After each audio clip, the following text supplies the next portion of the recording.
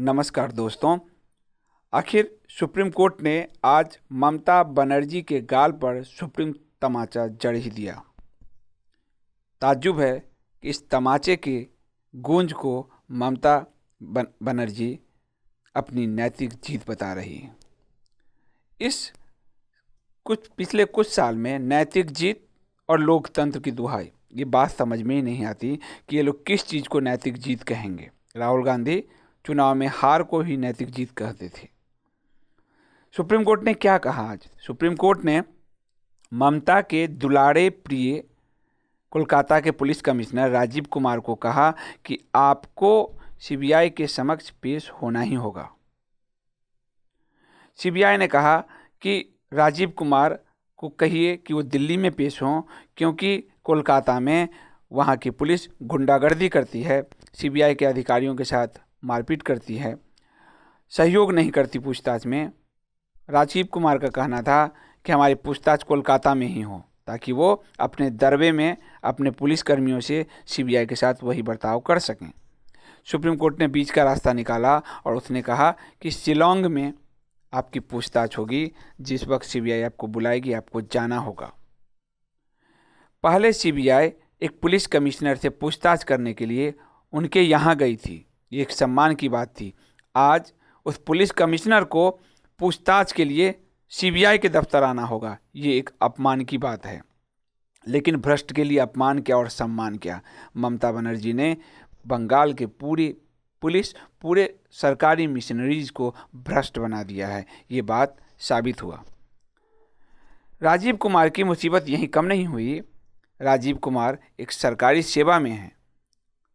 केंद्रीय गृह मंत्रालय ने नोटिस जारी किया कि आपने सरकारी पद का दुरुपयोग किया है। एक सरकारी अधिकारी किसी नेता के साथ धरने पर कैसे बैठ सकता है? राजीव कुमार ममता बनर्जी के साथ धरने पर बैठे थे, आप सबने देखा।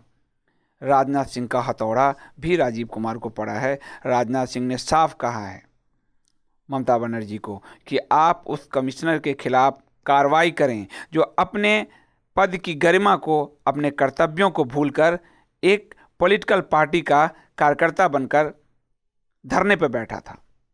ममता बनर्जी शायद ना करे, पर राज्यपाल से की जो है रिपोर्ट कल को गृह मंत्रालय के साथ राज्यपाल की जब रिपोर्ट शेयर हो चुकी है तब उनको करना होगा। ये क्या दिखाता है?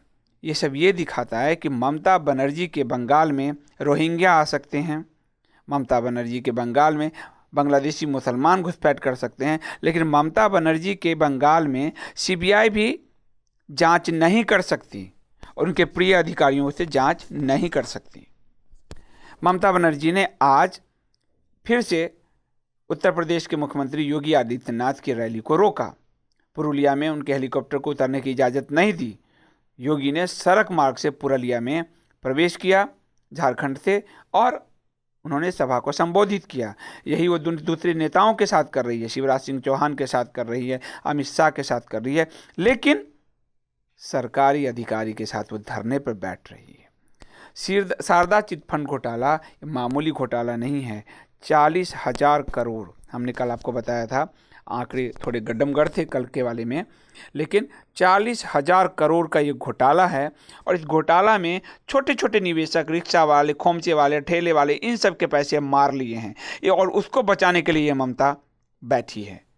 आम जनता का खून पीने के लिए ये लोग बैठे हैं। आम जनता के जो पैसे मारे गए हैं उसको हड़पने के लिए, पचाने के लिए ये लोग बैठे हैं। ये सीबीआई जब इस राजीव कुमार से पूछताछ करेगी और जब वो लाल डायरी, वो पेन ड्राइव, वो पूरे जो डाटा है, इलेक्ट्रॉनिक डाटा, वो जब सामने आएंगे तब सीबीआई दूसरा मूव कर सकती है उनकी गिरफ्तारी का। हालांकि आज सुप्रीम कोर्ट ने गिरफ्तारी से मना किया है कि आप गिरफ्तार नहीं करेंगे, लेकिन ये दूसरी सेकंड प्रक्रिया होगी। पहला तो यही है कि जो पिछले 3 साल से सीबीआई उनको समन पर समन भेज रही है, राजीव कुमार कभी सीबीआई के सामने पेश ही नहीं हुए अपना बयान दर्ज कराने के लिए, लेकिन अब उन्हें कराना होगा। सुप्रीम कोर्ट का सुप्रीम तमाचा उनको और उनकी मालकिन ममता बनर्जी को लग चुका है। इसमें एसआईटी के प्रमुख होने के नाते सारा राज इस राजीव कुमार के पास है, ये सब कोई जानता है। और आपको कल रिपब्लिक टीवी ने कल एक स्टिंग और कुछ कागजातों से इसे साबित भी किया था कि ममता बनर्जी और उसके अधिकारी इसमें लिप्त हैं।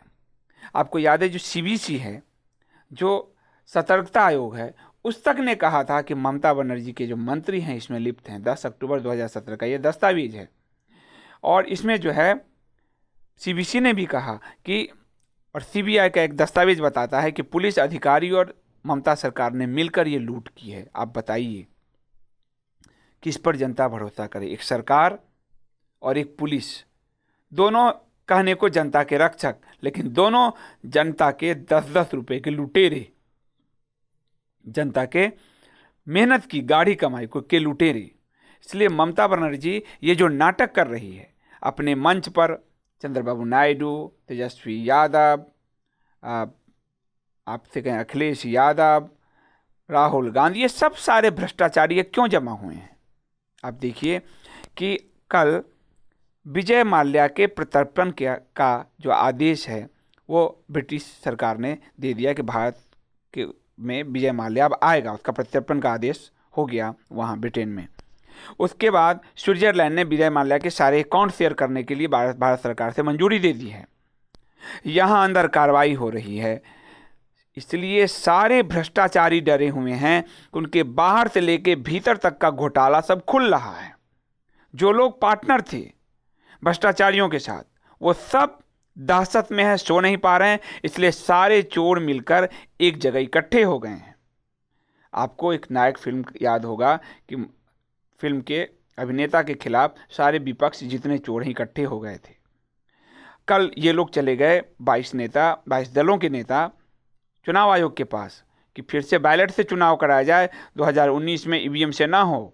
और जब वो बाहर निकल रहे थे तो हमारे पत्रकार साथी ने बताया जनता ने वहाँ घेर कर इनके खिलाफ नारेबाजी की, मोदी मोदी करने लगी कि वो एक आदमी ईमानदारी से काम कर रहा है और तुम सारे भ्रष्ट मिलकर उस ईमानदार आदमी का जीना हराम किए हुए हो। हम तुम्हारे योजनाओं को, साजिशों को सफल नहीं होने देंगे।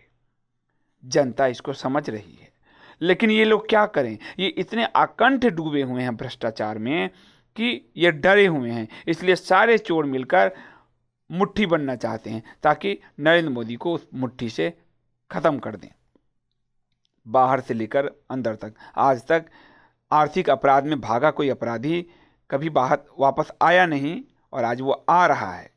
वो लोग जो कांग्रेस के राज में पैसे लेकर भागे थे और जिनके लिए कांग्रेस कहती थी माल्या को मोदी ने भगाया, नीरव मोदी को मोदी ने भगाया, चौकसी को मोदी ने भगाया, अब वो क्या कहेंगे? पैसे देकर तुमने भगाए। मनमोहन सिंह ने, शरद पवार ने फोन कर करके बैंक से पैसे लुटवाए माल्या को।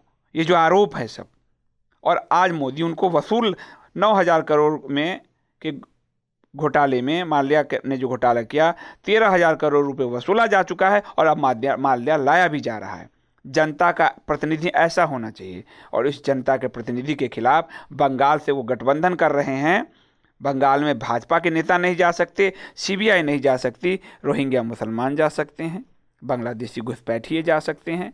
जितने भ्रष्ट नेता हैं उन सबका शेल्टर हाउस बन गया बंगाल। इसलिए बंगाल की प्रबुद्ध धरती को कलंकित कर रही है ममता बनर्जी। सुप्रीम कोर्ट का सुप्रीम तमाचा इसी ओर दिखाता है। और एक और बात, जो लोग कहते हैं देश में आपातकाल है मोदी के कारण, आज के सुप्रीम कोर्ट के फैसले ने दिखा दिया कि बंगाल में आपातकाल की स्थिति है। बंगाल में CBI police commissioner Rajiv Kumar से सही ढंग से पूछताछ नहीं कर सकती। इसे ही देखते हुए उनको शिलोंग बुलाया गया है। सुप्रीम कोर्ट ने उनको शिलोंग जाकर सीबीआई के समक्ष बयान दर्ज कराने को कहा है। ममता बनर्जी और उनके चाहने वालों, ये इससे बड़ा सुप्रीम तमाचा और क्या होगा? भले आप इसे अपनी नैतिक जीत कहो और इसी नैतिक जीत के बल पे खुश होते रहो। आप ही जानते हो कि आपको कितना अंदर दर्द हो रहा है, कितना बड़ा तमाचा पड़ा है। आज इतना ही, धन्यवाद।